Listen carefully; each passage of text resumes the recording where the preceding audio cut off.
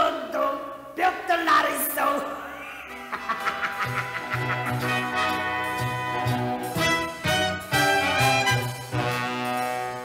정치유 3등이라 관세를 마오. 깜깜한 쥐구멍도 볕들 나리소. 인기란 돌고 돌아 있다가 없는 것. 앞으로 어찌 될지 누가 알겠소. 부정한 정치자들 뉴스 엎드려소.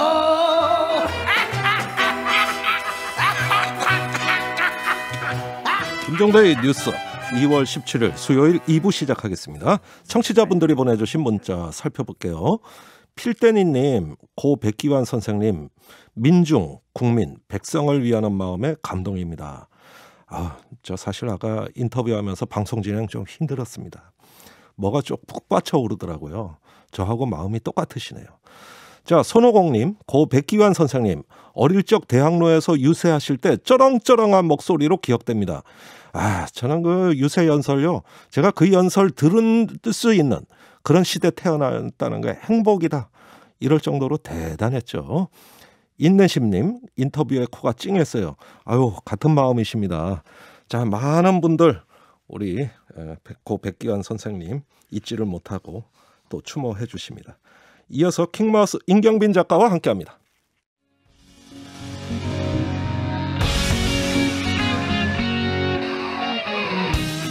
기준 아웃, 기분 아웃, 기운 아웃.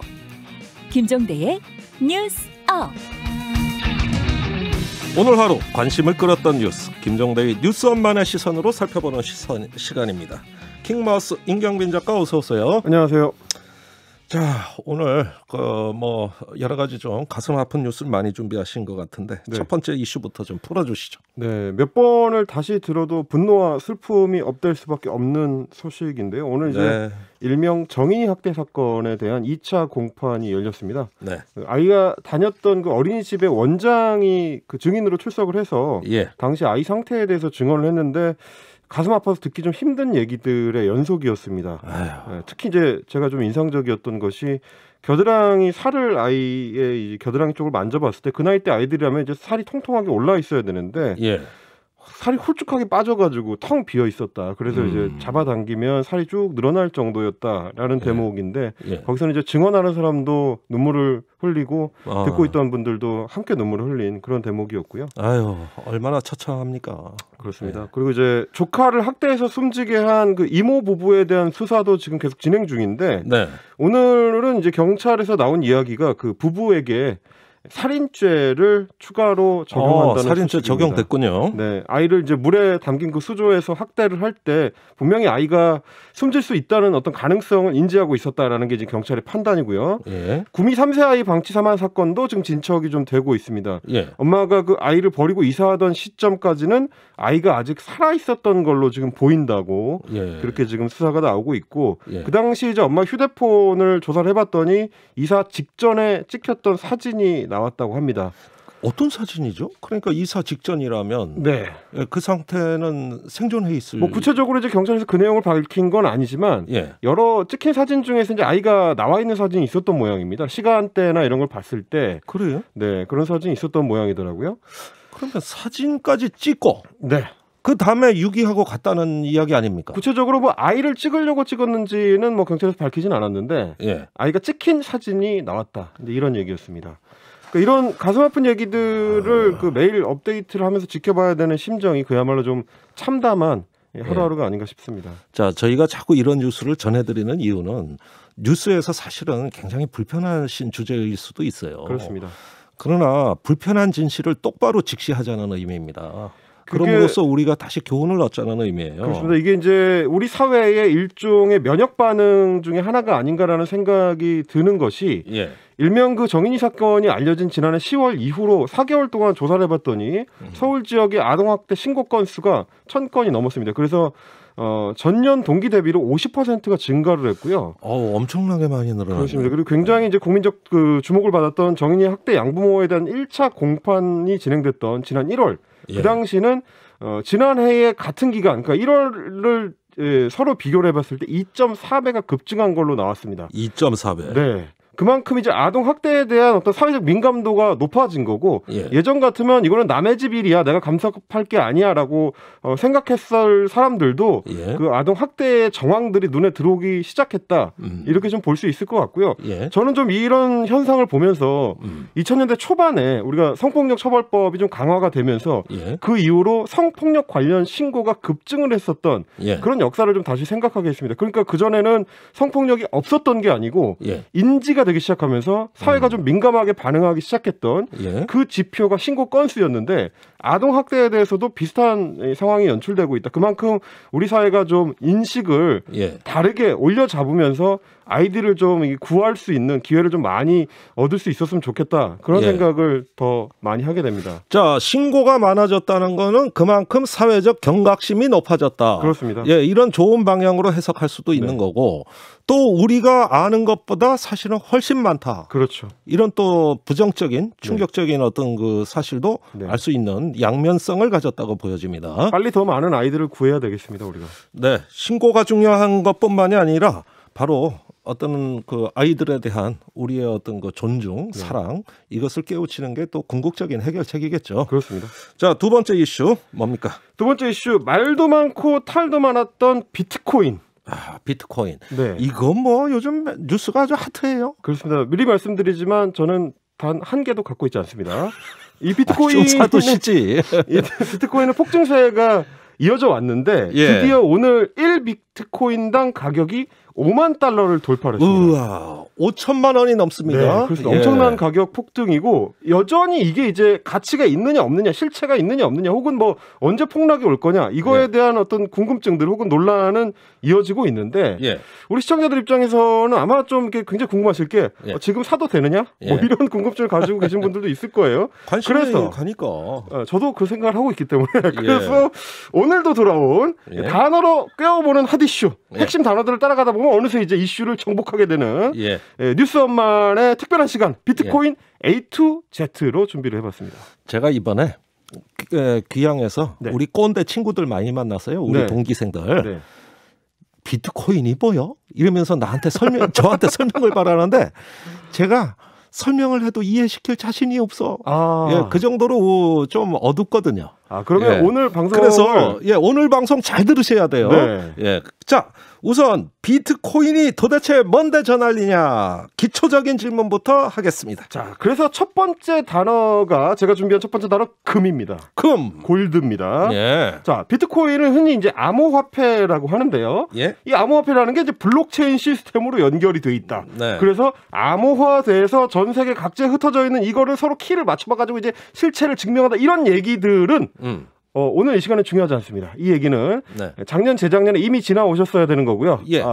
그래서 그것도 궁금하신 분들은 유튜브 영상 좀 많이 찾아보시고 인터넷을 좀 찾아보세요. 자, 기술적인 오늘 좀 얘기보다는 오늘은 좀 이렇게 실리적인 얘기를 좀 해보겠습니다. 그래서 제가 왜 금을 이야기를 했느냐.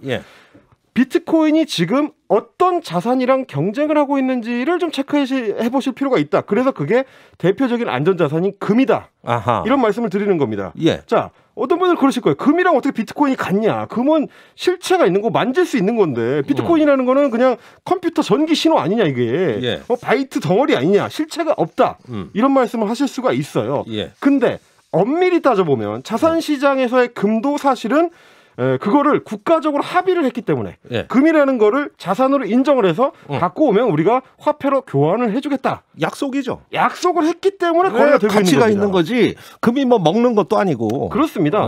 아니 물론 이제 한국은행 같은 중앙은행에 가면은 금고 안에 엄청난 양의 금괴가 보관이 돼 있다는 사실을 모르는 건 아닙니다. 근데 그 금괴를 갖고 가야지만 엿으로 바꿀 수 있는 게 아니거든요. 왜 그 엿이 나옵니까? 하여튼 금괴가 있다 치고 그 가치만큼을 인정해가지고 화폐로 바꿔주는 거란 말이죠. 그렇게 치면은 이 금이라는 게 왠지가 중요합니다. 금이 지목되는 이유는 금 자체가 애초에 양이 굉장히 한정적이고 희소한 가치. 그렇습니다. 캐내기가 어렵고 그리고 역사 동안 인류의 역사 동안에 오랫동안 굉장히 높은 가치로 쳐졌던 자산이라는 인정된 특징이 있습니다. 네. 비트코인도 마찬가지입니다. 처음부터 채굴을 할 수 있는 총량이 정해져 있었고 점점 그래서 채굴을 하기가 힘들어지고 지금 진행자께서 말씀하신 희소한 자원의 특성을 갖게 됐다. 이런 겁니다. 그래서 요즘은 어떻게 되냐면 이 미국에서 이제 자금 지원을 많이 하다 보니까 시중에 달러가 엄청 많이 풀리고 있어요. 그럼 달러 가치가 떨어지게 돼 있거든요. 그럼 달러 가치가 떨어진 만큼 안전자산인 금의 가격이 올라가게 돼 있는 건데 보통은 그렇게 돼 왔었는데 이번에는 유독 금 가격이 생각보다 많이 안 올랐다. 안 오르고. 왜 그런지 따져봤더니 혹시 금의 자리를 일정 정도 비트코인이 지금 대체하고 있는 거 아니냐. 그래서 금하고 비트코인이 경쟁하는 단계로 넘어가는 거 아니냐라는 전문가들의 진단도 나오고 있는 상황입니다. 아주 놀라운 현상입니다. 달러 값은 이제 폭락할 수도 있어요. 마구마구 찍어내니까. 그런데 금도 안 올라? 그렇다면 비트코인이 오른 게 요게 한 가지 실마리가 되는 거죠. 그렇습니다. 좋습니다. 자, 금은 언제든 돈으로 바꿔줍니다. 비트코인 됩니까? 비트코인은 굉장히 좀 제한적이긴 합니다. 지금 이제 바꿔주는 데가 있기도 하고 물건으로 대신 이제 교환해주는 데도 있고 근데 그 숫자 자체가 굉장히 적고요. 그리고 지금까지는 각 나라의 중앙은행들이 비트코인 같은 암호화폐를 정식 화폐로 아직은 인정을 안 해주고 있는 단계입니다. 그래요? 그래서 이 시점에서 금 다음으로 제가 중요하게 꼽은 단어가 피자입니다. 웬 피자 여기서. 콜라는 없어요? 피자, 콜라랑 같이 드시는 게 더 맛있죠. 그런 거랑 똑같이 비트코인 업계에는 피자데이라는 게 있습니다. 2010년 5월 22일인데 이 피자데이가 어떤 날이냐. 자, 2010년이면 비트코인 초창기입니다. 그때 미국에 살고 있던 어떤 개발자가 비트코인을 꽤 많이 갖고 있었는데 이 개발자가 세계 최초로 비트코인을 갖고 물건을 직접 구매했다. 그 구매가 일어난 첫날. 근데 그걸 뭘 샀느냐? 그때 피사에 피자 2판을 샀답니다. 인류 역사상 비트코인으로 물건 구매한 최초가 피자다. 처음으로 가치를 인정받은 거죠. 그래서 그 당시 피자 2판 가격이 한 $30 정도 나왔는데 비트코인 10,000개가 그 당시 가격이 $41였답니다. 10,000개가 $41? 그래서 10,000개로 피자 2판을 바꿔 먹었어요. 아이고야, 그럼 지금하고는 뭐 지금으로 치면 5천억 원을 날린 거죠. 5천억 원을 날렸어. 아우 배 아파. 어쨌든 이게 중요한 게 뭐냐면 그 당시에는 아무도 비트코인의 미래 가치가 1비트코인당 5천만 원까지 갈 줄은 몰랐는데 이걸로 뭔가를 살 수 있다는 걸 증명한 겁니다. 증명이 됐어. 말하자면 비트코인이 교환 가치가 있다. 화폐의 기능을 할 수 있다. 이거를 보여준 사건이었기 때문에 피자데이가 굉장히 중요하게 되는 거고 여기서 우리는 이 교환 가치와 관련된 세 번째 단어 일론 머스크하고 또 만나게 됩니다. 일론 머스크 드디어 이거 뭐 본론이 등장하는 것 같아요. 사실 지난번에 제가 이제 게임스탑 때 단어 설명을 할 때 또 일론 머스크를 언급한 적이 있었는데 요즘 이제 IT 관련해 가지고 뭔가 얘기를 하려면 이 사람의 이름을 만나지 않을 수가 없습니다. 자, 머스크가 운영하고 있는 이제 테슬라라는 자동차 회사 그 테슬라가 지난 8일에 굉장히 중요한 발표를 했는데 뭐였냐면 우리 회사가 약 15억 달러, 우리 돈으로 하면 1조 7천억 원 정도의 비트코인 구매해서 갖고 있다. 이걸 발표를 한 겁니다. 그러면서 앞으로 테슬라 차량을 구매할 때 비트코인을 사용할 수 있도록 하겠다. 깜짝 놀랄 얘기네요. 이 발표를 한 겁니다.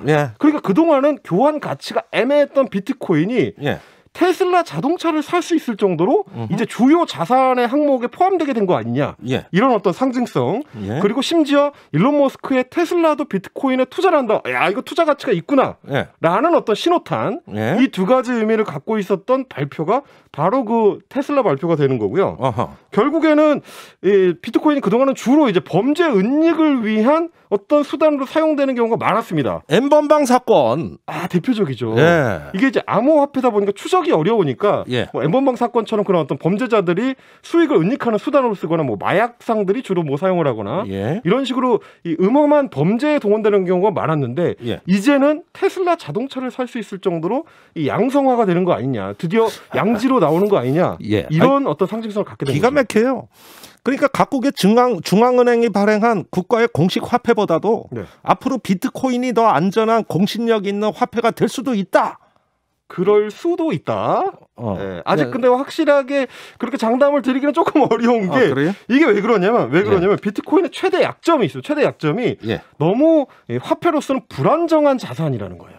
불안정. 어떤 면 무슨 얘기냐? 예. 어느 날 갑자기 하루 아침에 막 30%가 가격이 뜹니다. 예. 그랬다가 그 다음 날에는 40% 가격이 폭락을 해요. 이게 이제 달러 같으면 예. 달러가 1달러당 1,000원을 하다가 예. 그 다음 날 1,300원 하다가 그 다음 날 500원 해버려. 이러면 달러를 누가 안전한 자산이라고 생각할 수가 있습니까? 겁나네.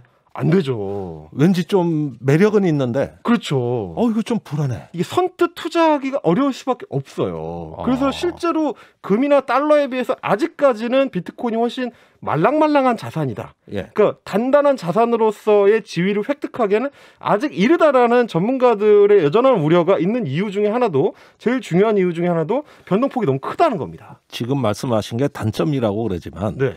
그걸 장점으로 보는 사람도 있어요. 혹시 그러니까 변동성이 크다는 것은 네. 큰 수익을 올릴 수 있다는 또 다른 매력으로 다가올 수도 있는 거 아니냐. 바로 그거죠. 그러다 보니까 비트코인을 주로 투기적인 의미에서 사들이는 사람들이 많다는 것도 예. 장기적 관점으로 봤을 때는 이 자산의 약점이기도 합니다.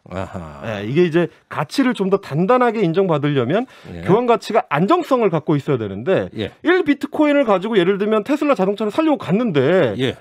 어저께 폭락을 해가지고요. 예. 이제는 1비트코인으로 못 사요. 2비트코인 정도 갖고 오셔야 돼요. 이래 버리면 살려고 불안정성이 커지겠지. 그렇죠. 굉장히 당황하게 되죠.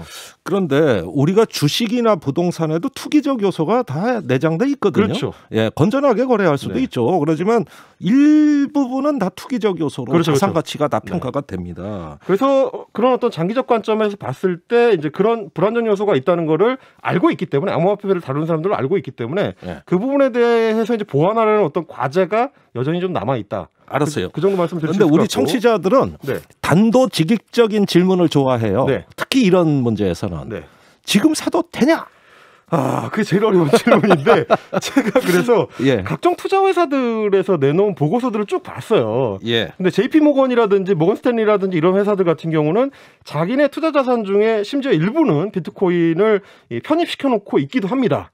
벌써 그 투자 회사들이 이미? 일부러 일부를 이제 투자하고 있기도 하고 예. JP 모건 같은 경우가 올 초에 비트코인이 그 당시에 이제 3만 달러 하던 시절인데 예. 올해 안에 5만 달러까지 갈 수 있다는 예언을 했었는데 들어맞았거든요. 그럼 돈 벌었겠네. 그렇죠. 당분간 10만 달러까지 갈 수 있다는 예측을 하고 있기도 합니다. 아하. 물론 다시 말씀드리지만 저는 비트코인이 단 한 개도 없고요. 아니, 그거 자꾸 강조하지 마세요. 예, 그냥 설명만 하세요. 그렇습니다. 네. 그래서 사실 이런 어떤 투자 요소 때문에 굉장히 좀 진동이 큰 어떤 자산이 되고 있는데 예. 동시에 우리가 간과하면 안 되는 게 뭐냐면 새로운 키워드 전기입니다. 전기? 여기서 전기가 왜 나옵니까? 자, 전기는 뭐냐? 비트코인을 비롯해서 이제 암호화폐가 요즘 주목을 많이 받다 보니까 예. 점점 이거를 채굴하려는, 그러니까 캔에서 이거를 확보하려는 사람들이 많아집니다. 그 마이닝, 그 채굴, 그렇죠. 한다고 채굴 그러죠. 작업이죠. 예, 그게 근데 뭔지 좀 이야기를 하고 넘어가세요. 이제 암호화폐를 채굴하려면 예. 퀴즈를 풀어야 되는데 수학식으로 이게 구성이 되어 있기 때문에 복잡해. 수학식을 참. 여러 개를 풀어서 예. 점점 더 어려워지는 수학식을 풀어가지고 예. 마지막에 그 퀴즈를 다 풀고 나면 보상 차원에서 비트코인 같은 암호화폐가 주어집니다. 적은 양이에요. 나 그 대목부터 이해가 안 가요. 예. 그러면 수학과 나온 친구들이 뭐 더 많이 벌겠네. 이게 왜 그러냐면 이제 연결돼 있는 그 네트워크를 다 풀어가는 과정이 필요하거든요. 아하. 그 최종 과정까지 가는 길이 점점 길어지고 있는 겁니다. 그러면 뭐냐? 이 퀴즈를 풀기 위해서 더 많은 자원이 필요하다. 그 자원은 주로 뭐냐? 컴퓨터를 많이 붙여서 사용해야 됩니다. 예. 더 많은 CPU, 예. 더 많은 컴퓨터를 붙여서 예. 더 많이 전기를 사용해야지만 최종 지점에서 비트코인을 캐낼 수가 있는 거죠. 그 대목을 우리 아재들한테 아무리 설명해줘도 못 알아들어. 그냥 비트코인을 캐려면 전기를 많이 먹는다. 예, 그렇게 알아두는 게 그냥 차라리 예. 자, 어느 정도로 많이 쓰는지가 중요한데 예. 계산 용량이 워낙 커지다 보니까 케임브리지 대학교 연구진이 조사를 해봤더니 예. 암호화폐를 캐내기 위해서 연간 사용하는 전기가 121.36 테라와트 시입니다. 아이고야. 여기까지만 하면 아직 감이 잘 안 오실 거예요. 예. 121 테라와트 시를 한 해에 암호화폐를 위해 사용을 하는데 예. 아르헨티나가 국가가 전체적으로 사용하는 전기의 양이 121 테라와트 시입니다. 예. 그러니까 아르헨티나는 국가 전체보다도 암호화폐를 위해서 더 많은 전기를 쓰고 있는 거예요. 와. 여기서 네덜란드가 아니, 아르헨티나 큰 나라예요. 그러니까 네덜란드가 108.8이니까 훨씬 많이 쓰고 있어요. 네덜란드보다 훨씬 많이 쓰고 있습니다. 예. 자, 이런 거를 봤을 때 국가 단위로 전기를 쓰면서 채굴을 해야 될 정도로 어떻게 보면 환경에는 재앙적 결과를 가져올 수 있는 위기 상황이다. 예. 이런 차원의 문제도 같이 좀 접근을 해서 챙겨볼 필요가 있다. 자, 그래서 이란에서는 채굴로 인해 가지고 1월 중순에 대규모 정전 사태까지 발생했고, 바로 그랬습니다. 그래서 채굴 금지하기로 했다고 합니다. 네. 예, 계속 금지되는지는 확인이 안 됩니다. 그래서 중국 같은 경우도 이 채굴과 관련된 규제들이 많이 생기고 있는 상황이기도 하고요. 예. 예, 그리고 이제 뭐 이 컴퓨터 좋아하시는 분들은 잘 아시겠지만 예. 채굴에 사용됐던 CPU들이 중고 시장에 나오는 경우가 많거든요. 예. 이 혹사당한 CPU들입니다. 그거 잘 보고 사셔야 됩니다. 컴퓨터도 불쌍해. 그러니까요. 예. 이제 그런 걸 생각했을 때 지금 이제 암호화폐 시장이 워낙 덩치가 커지고 핫해지다 보니까 그러면 그럴수록 이렇게 어떤 뒤에 남는 부작용들 예. 그걸 좀 같이 생각할 수밖에 없는 상황이고 예. 예, 투자 결정을 하실 때 뭐 이런 것까지 봐야 되느냐라고 예. 생각하실 수는 있는데 국가 차원에서는 혹은 예. 글로벌 차원에서는 분명히 어떤 경고등이 켜지고 있는 상황이기 때문에 예. 그것도 좀 같이 보실 필요가 있다. 자, 디지털 화폐 미래에 대해서는 여러 가지 이야기들이 나오고 있습니다. 네. 각 국가마다 이제 새로운 금융의 출현에 대비해야 된다. 네. 이건 대세다. 이제는 뭐 우리가 거부할 수 없다. 이러면서 새로운 금융 정책을 주장하는 나라들이 꽤 많이 나와요. 그렇습니다. 스웨덴 같은 경우는 국가 단위에서 암호화폐를 도입하기 위한 연구를 이미 시작을 했고요. 예. 몇몇 국가들은 다 중앙은행에서 자기들이 발행하려는 암호화폐를 준비하고 있다는 얘기들이 전해지고 있습니다. 그러니까 이제 국가가 오히려 그런 흐름에 편승한다. 그렇습니다. 그래서 네. 그 국가 중앙은행에서 발행하는 암호화폐가 예. 비트코인 같은 기존 민간 암호화폐를 대체할 수 있을 것이냐 이거에 대해서도 여전히 논란이 좀 있긴 하지만 예. 장기적 투자 관점에서 봤을 때도 이 비트코인 같은 그 민간 암호화폐가 과연 국가 암호화폐랑 경쟁할 때는 어떤 상황이 벌어질지 예. 이런 것까지도 같이 고려를 하시면서 투자 판단을 하실 필요가 있다. 예. 이 정도 생각하시면 될 것 같습니다. 자, 이 새로운 어떤 흐름들, 이게 뭐 새로운 어떤 문명인지 아니면 우리가 잠시 흘러가는 유행인지 분간하기가 어려운 혼란스러운 세상인데 오늘 방송이 많이 도움이 됐기를 바랍니다. 아유, 여러 가지 어쨌든지 머리가 아픕니다. 새로운 문명 공부하기 참 머리 아프네요. 오늘 킹마우스 수고 많으셨습니다. 감사합니다.